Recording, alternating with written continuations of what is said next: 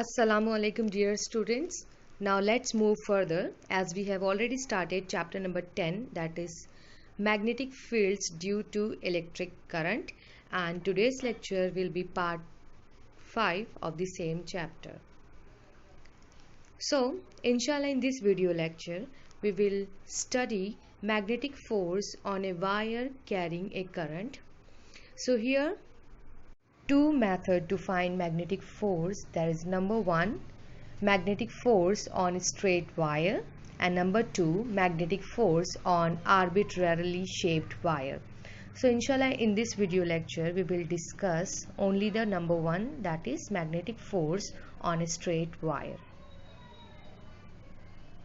We have seen earlier the Lorentz force law, and from that equation we can obtain the force on a current carrying straight wire. So here is the diagram which shows electrons in the wire having drift velocity vector of Vd experience a magnetic force vector of Fm upwards as the applied magnetic field lines come out of the plane of the paper. So this is what this diagram shows here.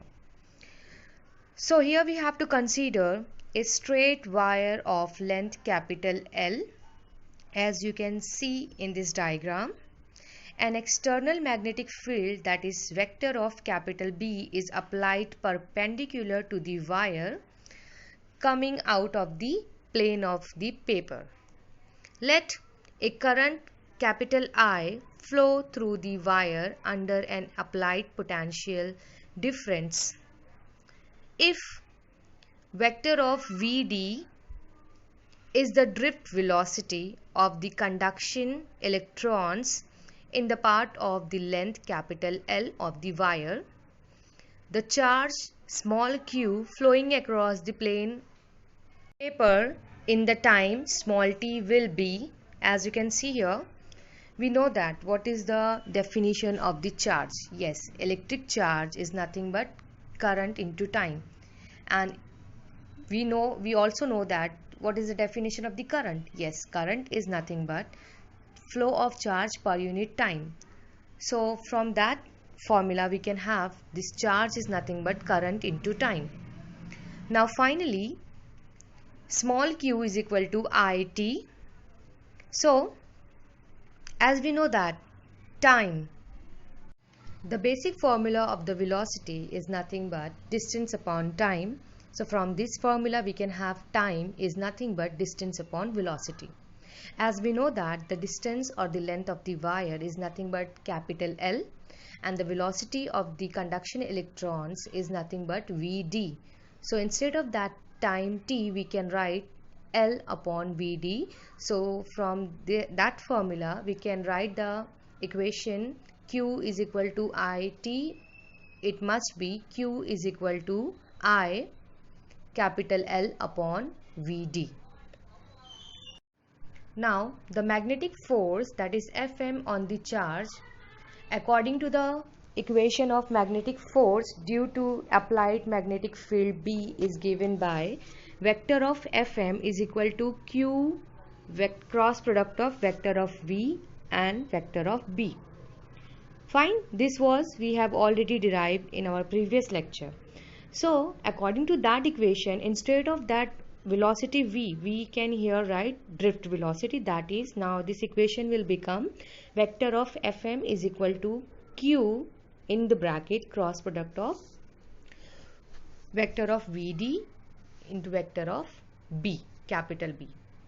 Now as we have already derived the formula for small q, that is the formula for the charge, so we can substitute that formula in this equation. So this equation, see the second step.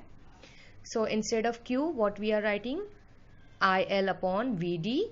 Then if we remove the cross product, the cross sign, so after removing the vector sign, that is the cross product, so instead of that what we can write, sine theta. So B dot Vd sine theta n time, that is the n cap That is the position vector, we know that. So finally what we can have, VD can be cancelled. So finally the magnetic force will be IL into B into sine 90 position vector. Why sine 90?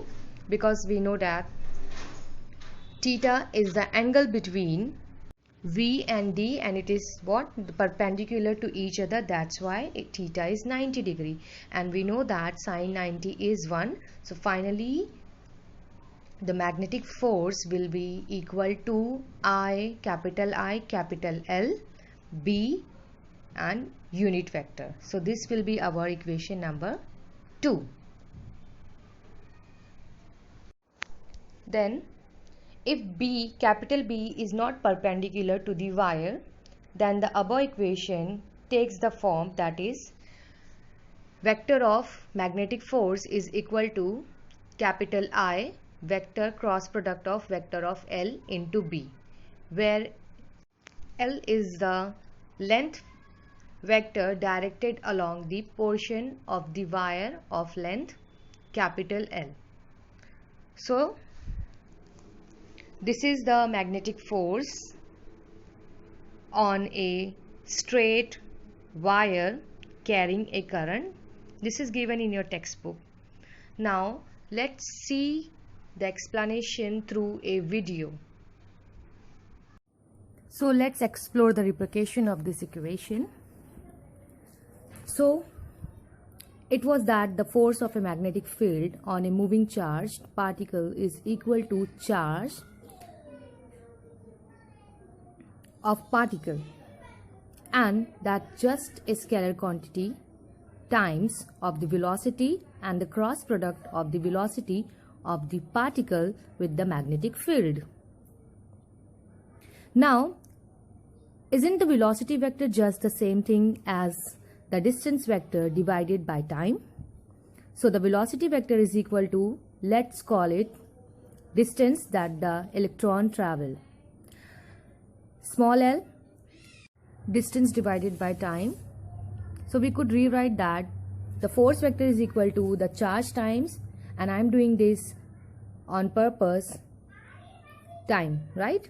Times the distance vector taken you to take the cross product with the magnetic field. All I did is I rewrote the velocity as per time times distance or distance per time. And this is the scalar quantity, at least for a take the scalar quantity out. It doesn't purposes. affect this vector cross product. Time so only has a magnitude, and maybe we could call it change in time, but it doesn't have any angle. We are not going at an angle in time. This is just a so number, we could take the scalar quantity out. It does not affect this vector cross product. So what we get left with is force is equal to charge. And what is charge per time? The coulombs per second. And this is just a regular times, so because this is just a number. It's not a vector times the cross product of the distance vector and the magnetic field times the distance that the current is flowing along. The distance and what is charge per time? Taken, and you take the cross product of that with the magnetic coulombs field. Per second. And sometimes this is written as a capital L current, so we get that force is we started equal with to the lowercase L, current so we'll times stay the with the distance. lowercase L. So let's see if we can apply this formula, which is really the same thing as this. We just took the division by time and took it out of velocity, so we get distance. And we took it and we divided the cross product of that with the magnetic field, and sometimes this is written as a capital L also. So this is really just another way of writing this. Formula. You could almost prove it to yourself if you ever forget it.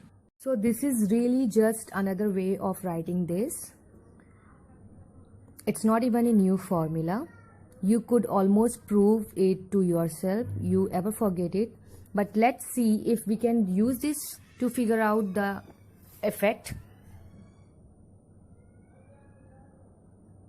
So now our new derivation is that the force of magnetic field on a current carrying wire is equal to the current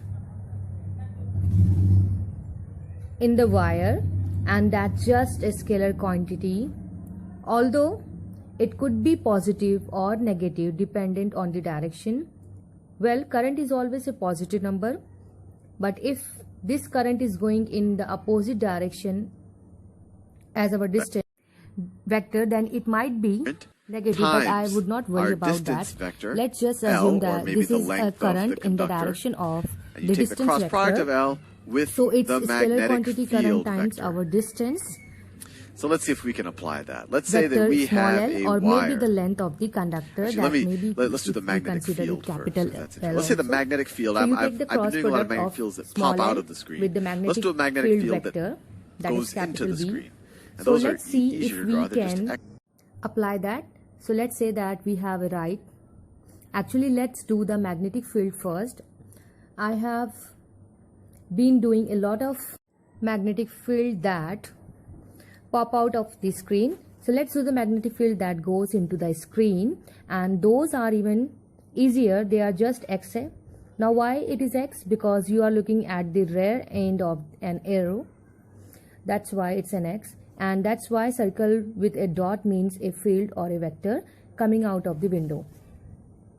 Because of an arrow was shot at you, all you would see is the tip of the arrow with maybe a little circle around it. But anyway, this shows us a vector going. So this is our magnetic field, that is capital B.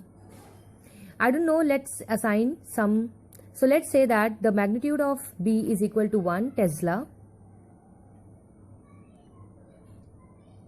And let's say I have a wire going through that magnetic field. Let's say the wire is going along, or it's in the plane of let's say this wire is carrying current I, is going in that direction, and it is carrying a current of 5 ampere or 5 coulomb per second. My question to you is, what is the net force of this magnetic field on a screen of this wire? And let's make this a section of the wire. Say it's a 2 meter section of wire. So obviously the more wire you have, the more charged moving particles you will have. So the larger a section, or more of a force you will have on that longer piece of the wire. So we have to pick our length. So we want to, what is the force of magnetic field on this section of the wire? So from here to here is the direction that notional positive charges would travel. And that suits us fine, because when we did the first equation, we cared about the direction of positive charge would go in, if it was an electron or a negative charge, we would put a negative sign. So that works fine. But if you ever have to visualize things as they maybe are in reality, but when its magnitude is 2 meters, right, because that's the length of wire in question, and its direction is the direction of the current. And if it was an electron or a negative charge, we would put a negative sign there. So that's work fine. But if we ever have to visualize things as they are in reality, but when you talk about electrons, to say that they really are. So let's consider this small L is the length of the wire. So finally, force, magnetic force, must be equal to, that is the 5 ampere is the current, dot, in the bracket, instead of that L, that is the length of the wire, is 2 meter long, so it will be 2 meter. Then see, the magnetic field is 1 Tesla, so 1 Tesla. And as this is the cross product, vector of cross product, so if we take the magnitude of both cross products, so it will be sine theta, we know that, and with some position vector also. So as we know that the theta, that is the angle theta, sine theta, it is angle according to right hand rule. So the direction of the force, it will be perpendicular to the direction of the current. So the angle between them will be 90 degree, and we know that sine 90 is 1. So finally the magnitude of length and magnitude of magnetic field, it will be magnitude of force also, it will be 5.2 meter and 1 Tesla. So finally it will be equal to 10 newtons. So this is the final force that will be act on the wire, that is of 10 Newton. Now just use the right hand rule. So let me draw a hand. So this is an hand, this is the thumb sticking out like that. So the eye is going to be the index finger. The first thing is that, and middle finger will be the downward direction, and it will show the direction of the magnetic field. So thumb will have the direction of the force, index finger will have the direction of the length, that is small l, vector of a small l. So finally you can see here, force is perpendicular to the length of the wire, that is what, the theta between them is 90 degree, that's why sine 90 is 1. So as you can see here, this is the force that is perpendicular to the length of the wire. So finally in today's video lecture, we have derived the formula for magnetic force on a current carrying straight wire. So just let's recall. Now as we know that the magnetic force is nothing but capital F is equal to QVB sine theta, which is for a charge Q traveling length capital L in a wire, can be written as that instead of this velocity we can write distance upon time, that is F is equal to, see that second equation, F is equal to Q, instead of velocity we can write length, that is distance capital L upon T, and B sine theta will be as it is in the previous first equation. Now see the third equation, third step, that the force is equal to Q upon T, LB sine theta. Now as we know that charge per unit time is nothing but current, so finally we can write the final equation, not the final equation, okay, this is the final equation, that is F is equal to ILB sine theta, where capital I is the current, capital L is the length of the wire, capital B is the applied magnetic field, and sine theta, where theta is the angle between L and B. So as you can see in this diagram, that is theta is the angle between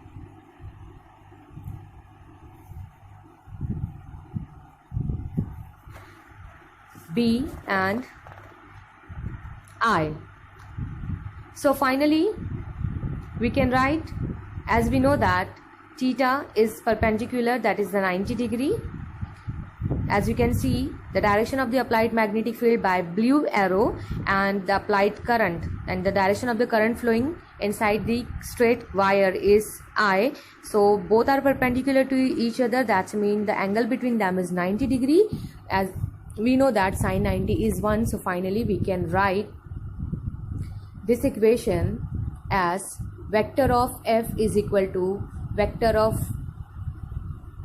IL cross product vector of, that is vector of F is equal to I vector of cross product of L B, that is force on a straight wire of length capital L. If the current is perpendicular to the magnetic field, then the force is given by the simple product, that is force is equal to current into length into B, that is the magnetic field. So this is all regarding the magnetic force on current carrying wire.